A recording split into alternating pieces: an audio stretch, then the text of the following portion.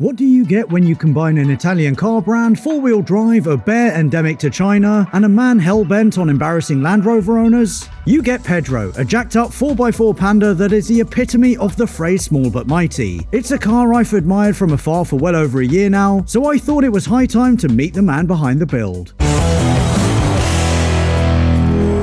Our biggest sale is now on the Auto Alex shop, where you'll get a massive 30% off using the code SPRING30. So my name is Aaron and I run a classic car restoration workshop called Classic Car Solutions, and my car is a Fiat Panda 4x4 called Pedro. My first ever car was a Fiat Panda. It wasn't a 4x4, but it was just a normal Fiat Panda. It's mainly because it was cheap on insurance and cheap to run. So I had a great first year with that, ragging the crap out of it and just abusing it. And then before I got the Pedro the Panda, I had a GI Yaris, but I wanted a kind of a cheap runaround just to get to work and back. My friend found one for sale on Auto Trader and I bought it as a cheap runaround. And then I thought, well, I've seen on YouTube that they're quite capable off-road, so I thought I would join the UK Panda 4x4 group and go on an off-roading weekend. And I had so much fun, and my friend said to me, Aaron, you've had more fun in this Fiat Panda this weekend than you have the year and a half you've owned the GI Yaris. So I decided to sell the GI Yaris and just focus purely on the Panda 4x4. As you can see now, I've gone a little bit over the top with it, but yeah, it's my hobby and it's great fun. When I got the car, it was completely standard. It was owned by a 93-year-old man, and it kind of started off with just kind of tinkering, fitting a smaller lift kit and then a bigger lift kit. But in terms of what I've done to it now, I've got a custom 60mm lift kit, which kind of got parts from different cars to make it work. Got lights all around it so then I can see at night. A mechanical selector four-wheel drive and two-wheel drive, which also acts like a central locking diff. Custom snorkel, custom exhaust, and then the biggest thing is I've got an Abarth T-Jet engine under the bonnet making around 150 horsepower. Fitting the Abarth T-Jet engine to the Panda is relatively easy because the block is essentially the same as what the original car had, which was a 1.2 litre 59 horsepower engine. So the engine bolts straight to the gearbox, so there's not a huge amount I had to do there. There's a little bit with the fuel system and the cooling system, but I think it took me and my mechanic Jamie about 20 hours to do the whole engine swap. It's transformed the way it drives. I've definitely got more into off-roading since I've bought the car. I think it's the first project car that I've had that I've just kind of spent way more on it that I think I'll ever recoup from selling it. Normally if I buy a project car, it's to try and add value to the car so then maybe I can sell it, whereas I'm probably never going to sell this. I love going off-roading and doing green lanes, partly because it's good fun, you can make a splash and get your car all muddy, but also I really like nature, so I often go camping, so I kind of feel like it is tying driving with camping and nature. You're kind of in the middle of nowhere, you can just find a green lane and have some fun and yeah, kind of just enjoy the outdoors. I've met some really kind of interesting people, some of them in the Panda group as well. They're a funny lot that we sometimes go out with. But then even just kind of going out locally, doing some local green lanes, you bump into people and see kind of what they've done to their cars. And I've got a few people in the workshop into off-roading, and we've done kind of European road trips as well. The last European road trip we did, one of my Instagram followers allowed me and all of my friends to stay at his house for a couple of nights. We all camped in a field next to his house, which was really, really cool. So yeah, you just kind of meet people like that, and yeah, no, it's a great laugh. It's just good fun. If you struggle with low energy and a lack of concentration, then you're either really old like me, or more likely, you're not drinking enough during the day. Sound familiar? Thought so, which is why you'll probably benefit a lot from this week's sponsor, Holy. That's a super low calorie alternative to unhealthy and expensive energy drinks. Not only do Holy drinks taste great, they're also good for you because they ditch sugar, taurine and anything artificial for a super low calorie energy drink. Holy Starter Set Deluxe is a great way to get you started on your Holy journey. And because Holy are celebrating 4 years, happy birthday by the way, they've released 2 new flavors. These include Holy Energy Birthday Bunny, as well as Energy Eel that I'm going to try for the first time right now. And making your Holy drink couldn't be easier. Simply pour a scoop into water, give it a shake, and hey presto, you've got a tasty and healthy energy drink in seconds. That's zingy, it tastes great.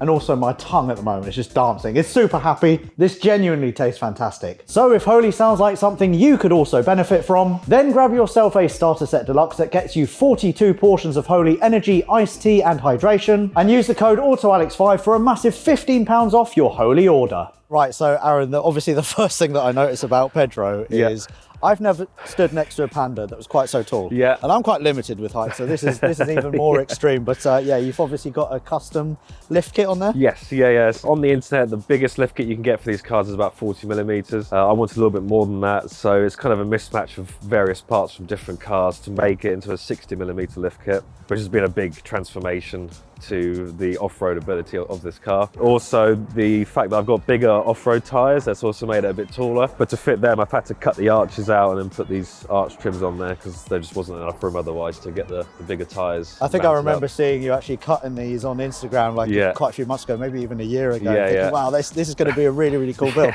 One thing I have noticed, Aaron, is that this strut is literally, I mean, that's probably 1.5 mil away from the tyre trim. Yeah, it's even closer when the tyres haven't worn down as much. And yeah, I have done testing and it hasn't touched. Oh, fantastic. It is very close though. I was nervous about that and I was toying with the idea of getting bigger wheel spaces to pull it out more, but it's okay at the moment. Yeah. You've obviously got a big snorkel as well. Yeah, this has been a game changer because in Wales there's a brutal lane called the Strata Florida, which is quite popular. There's some quite big river crossings in the Strata Florida, and the first time I went there, I actually started floating in the river. And I had to floor it and use my wheels as kind of rudders to get me out. A bit of a squeaky bum moment, was it? Definitely, yeah. So if it wasn't for the snorkel, that would have been goodbye engine. So yeah, that's really worthwhile. And I can see this is all custom as well. This doesn't look quite off the shelf, does it? No, that's definitely not. It's a little bit interesting. So this is just some drainage pipe. Love it. But yeah, there just aren't many kits for this car on the shelf. Do you know what? I've always loved Panda 4x4, and I love the Panda 100 HP as well. Yes. I think I love them equally, but seeing Pedro in the flesh, maybe I need to get one. But they're quite expensive now, aren't they? They have gone up a little bit, yeah. Is that your fault? Because you're making them really cool. Maybe. Probably because they're all rotting away because it's Italian and all Italian cars rot. I think also just because people are realising how capable they are and how inexpensive they are. Yeah, you're probably going to have to spend maybe 2.5 grand to get a half decent one. Okay, all right, yeah. And then spend another, 10, 12 grand transforming it into something like this? Yeah, just don't tell my girlfriend that. Can I ask, how deep are you into this, roughly? My girlfriend might be watching, so let's just say 1,500. 1,500, okay. Maybe we'll add a zero at the end. We'll add a zero at the end as well, yeah. Just tell her to switch off before that part there. Yeah. On the side as well, turbo 4x4. Yeah, I mean, that's an essential, because now that I've got a turboed Abarth TJ engine, I have to have a turbo sticker. Exactly. It wouldn't work without that. No, so, it wouldn't. No, you need that. And then roof rack, spare tyres. Roof rack, yeah, because there's not much room in the car. So important to have spare wheels when you're off-roading. So a couple of jerry cans, because the fuel tank is so small. It's about 30 litres. Oh, okay, yeah. So and Pedro's quite thirsty these days as well, isn't he? With the engine, yeah. And towards the back, yes, we've got twin tailpipes. Twin tailpipes, yeah. So I had to make a kind of custom exhaust system myself to mate up with the Abarth engine. Done an okay job, but I didn't want to go too mad because I knew I was going to damage it, and quite literally the first time I went off-roading, I got a massive gouge in the back box. Just from the back as well. He is so squat, so square, so muscular, isn't he? I love him. Is this maybe a little bit ambitious? Are you actually going to be pulling people out? Yeah, that's to tow all the big proper off-roaders out when they think they can show me up, but actually they get stuck and I have to pull them out. So that's why I got a massive... So speaking of actually, I mean, do you do green laning and off-roading with the likes of Defenders and Discos? Yeah, so there's a few of us that when we head down to Wales, one of them has a Mitsubishi Shogun, one of them has a Range Rover. Yeah. So yeah, I often go out with a different select. And how does Pedro cope? Does he school quite a lot of these bigger cars? He does show them up. Wicked. Yeah, and then people kind of get a bit shocked when they see him doing everything that the big boys can. Yeah. And then obviously if we move to the front, we've got more lights. Yep. Sump guard there? That's custom as well? Yeah, custom sump guard, custom fuel tank guard, just in case any rocks kind of damage the underneath of the car. And one thing I have noticed that you don't have, there is no winch. Yeah, I'm very limited with space. Because I've got the intercooler behind there now. Yeah, it's literally right there. I'm touching it with my finger. Yeah, there's not a lot of room. So I might get an inline winch. I've got to try and figure out a plan with that, I think. Yeah, absolutely. Interior-wise, what have we got? We've got a CB radio, that's pretty cool. Yeah, the obligatory CB radio. We've got some fluffy seat covers. Oh, wow. That is big pimping. Yeah, but apart from that, there's not a huge amount going on in here. And what about this as well? Yeah, so my friend's mum knitted me that. Oh, really? That was a good luck mascot for our last road trip. Oh, It's like OEM plus, isn't it? Yeah, looks a little bit messy under here because of the pipe work for the snorkel and stuff. Like I said, the Abarth engine just literally goes straight in, same engine mounts, bolts up to the original four-wheel drive gearbox. Amazing, love it. And what was the engine that was in here? So this is the third engine I've gone through. So the original was the 1.2 litre 59 horsepower engine, which with the original wheels wasn't too bad, but as soon as I put the bigger wheels on, it would struggle to do more than 50 miles an hour. So then I fitted the engine out of the Abarth 100 horsepower. Oh, did you? Yes. Oh, wow, yeah. okay. And that was a big improvement, but still up some really kind of steep inclines, it just wasn't quite enough. Yeah. So now I've gone for the 1.4 litre turbo Abarth engine. Pretty much plug and play, you say? Yeah. So you have to run a Fiat Bravo ECU because that has the ability to talk to the T-Jet engine and then the body control module in the car. And then you need to fit something called a Panda adapter, which then just kind of changes the body control plug to suit the ECU. But on the whole, yeah, it was pretty much plug and play. It wasn't too difficult at all. So, Aaron, question. What does this thing drive like? I think maybe we should go out and then you can have a look. All right, let's do it.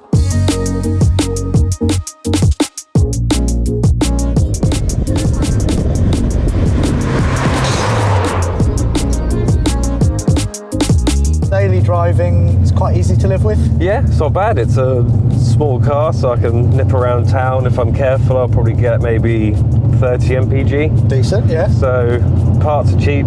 So yeah, I mean, it's an everyday car. There's nothing really wrong with it. Suspension actually feels quite nice, isn't it? It's quite soft, It's quite pretty plush. soft. Yeah, I got a bit of a knock at the back, but Yeah. apart from that, It's a build, of course. It wouldn't be a build without a bit of a knock.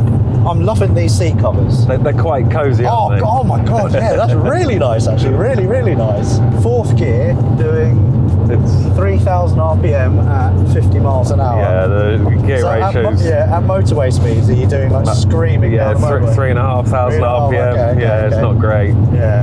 But cruising, it's not too bad. It's Yeah. okay.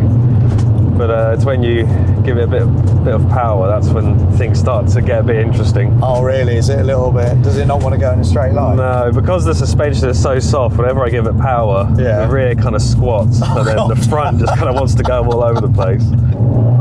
Oh Jesus Christ!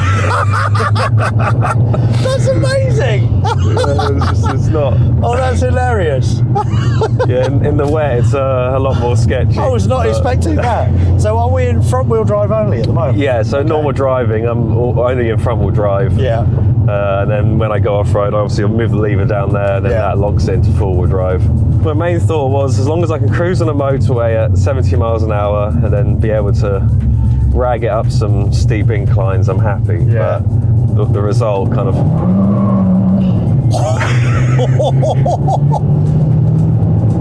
Wow, yeah!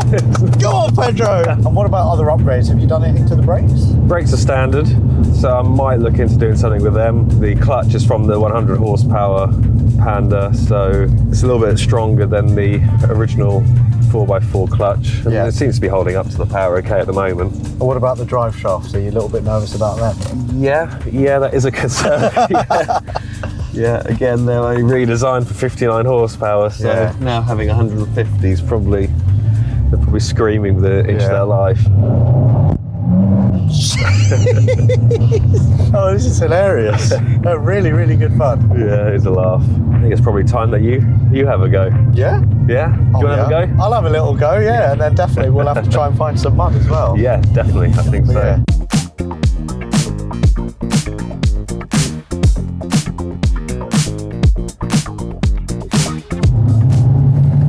God, yeah, that's very pokey, isn't it? Yeah.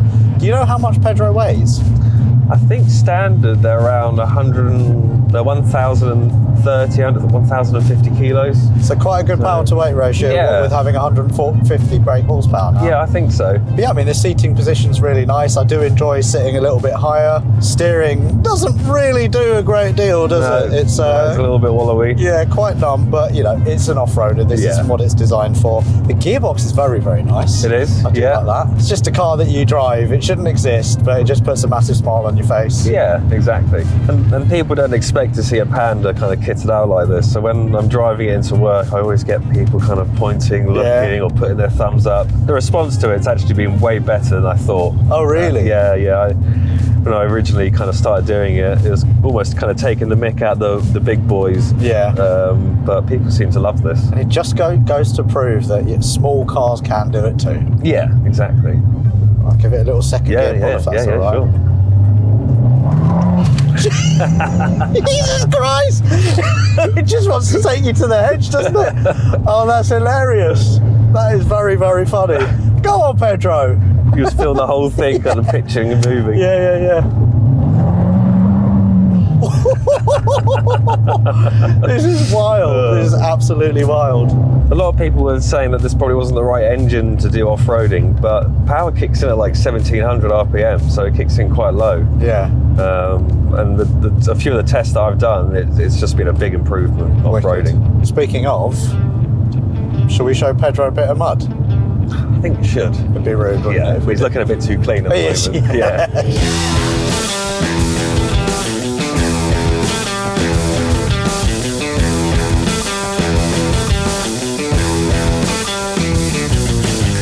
There we go. So now we have got Pedro in his natural habitat. He's good on road, he's quite charming, he's a little bit scary, quite brutal, especially with the acceleration. But this is his happy place. This is his happy place, yeah.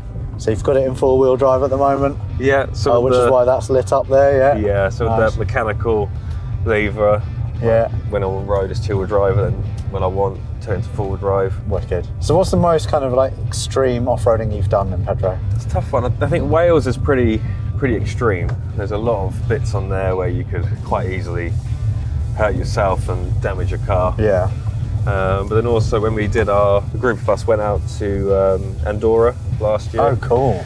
So we did some quite cool off-roading kind of on the way there, and there was some in the Ardèche in France. That was quite extreme as well. So you're happy with how Pedro is at the moment, or have you got any upgrades in mind? So I've recently done the rear locking, self-locking differential, and obviously the engine swap. So I think my bank balance isn't too happy with I bet, any other modifications at the moment. So I think I'll just hold off on that. But there's always little bits and pieces that you can do to improve them.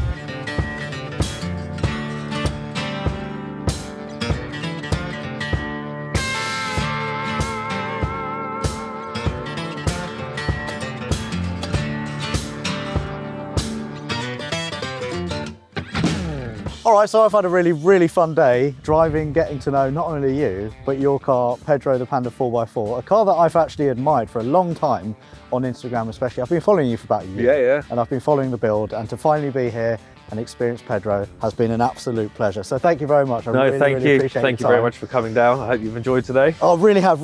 And look, we are on a dried riverbed now. What better way to actually end this video than by doing it here? And we've got a little bit of 4x4ing to do to get back onto the main road as well. But for people who want to follow you, remind everyone where they can find you.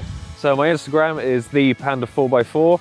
And my YouTube is PTP 4x4. So if you want to see more action with Pedro the Panda, just follow me on there. Massive respect to Aaron for building the coolest Panda 4x4 in the UK. I'm going to say, are there cooler ones? Mine's the best. Exactly. And on that note, thank you very much for watching. Whatever you do, do it to the best of your ability. And we will see you next time with another cool car and an equally cool person. See you soon. Bye-bye. Right, a bit more green laning? Oh, yes. Let's go.